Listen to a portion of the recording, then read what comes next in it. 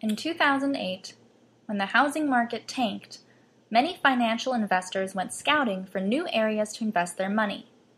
They found the answer in farmland. Between 2008 and 2009, over 120 new financial tools were developed to facilitate investment in farmland. As a result, the amount of money invested in farmland over the past 4 years has risen dramatically. Since 2000, over 1.7% of the world's agricultural lands have been purchased by investors. These known deals amassed over 143 million acres for agricultural production, with over 60% of these deals taking place in Africa, where land tenure systems for peasant farmers are weak or non-existent. Yet activity has been stirring on American farmland too. While farmers are working hard to keep up with local and global demands, outside investors have been steadily awaiting to see whether they succeed, fail, or simply retire. These institutional investors have become a new class of buyers, outcompeting farmers for land and securing land and resources for generations to come. Well-known public pension funds like TIAA-CREF are also behind the rush to purchase farmland. And with $487 billion in assets for university professors and nonprofit workers, the weight of its investments matter.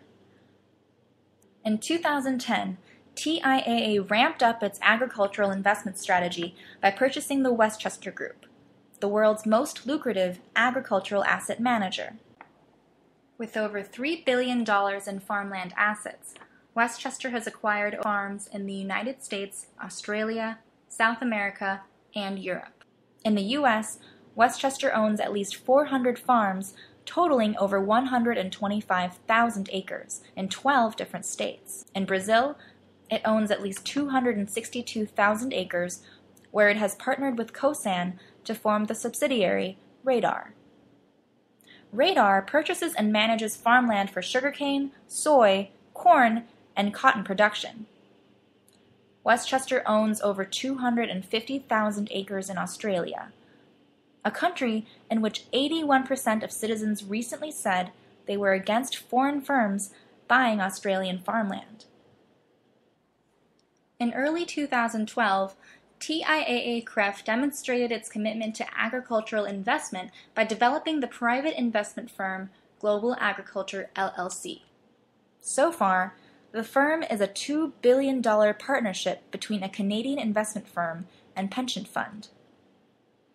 TIAA-CREF expects its investors, which include the large Swedish pension fund AP2, will make returns of between 8 to 12% over the 21-year term of the investment.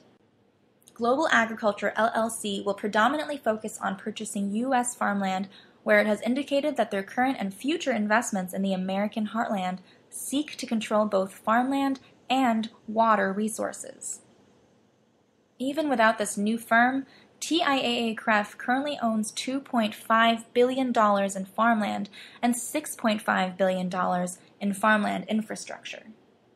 Meanwhile, a perfect storm of conditions is leaving U.S. farmers, particularly smaller operations, vulnerable to outside investment. Land values are rapidly increasing to record-breaking levels across the country. For farmers leasing land rents are higher than ever, making it difficult to gain or retain access to land. While some large farmers might be reaping the benefit of high commodity prices, input costs are also at historic highs, leaving net farm income relatively bleak. And the average U.S. farmer is getting older and will need to retire within the next 1 to 2 decades, if not sooner. The small, young, and beginning farmers that would replace retiring farmers need access to capital, land, credit, and healthcare in order to endure the ups and downs of agriculture, and can't compete with big money and the weight of investments that groups like TIAA-CREF can afford to put down. While pension funds have only recently started to move the money they manage into farmland, any movement on their part has a huge impact. Pension funds are the heaviest players of the financial industry, holding around $23 trillion in assets. Of those assets, at least $5 to $15 billion have reportedly already gone into farmland acquisitions. By 2015, these farmland investments are expected to double. With an imminent generational transition of agricultural lands set to occur within the next decade, the trend of increasing institutional investment is alarming. This global land grab represents a massive transfer of vital food-producing resources from rural communities to a wealthy global elite. So what can we do about it? We need your help to document and monitor what is happening in rural communities. In order to build transparency and elevate the issue, and understand what more we need to learn in order to mitigate the tide of investment that is uprooting small farmers around the world. If you know of a land grab near you, there are several ways to share your knowledge. Visit www.nffc.net/farmlandmonitor. Here, you can enter any information you might have about a land grab near you. Or call us at 202-543-5675 to report any news or information about a particular instance of land grabbing. Finally, you can fax any information, news clippings, or documents to us at 202-543-0978.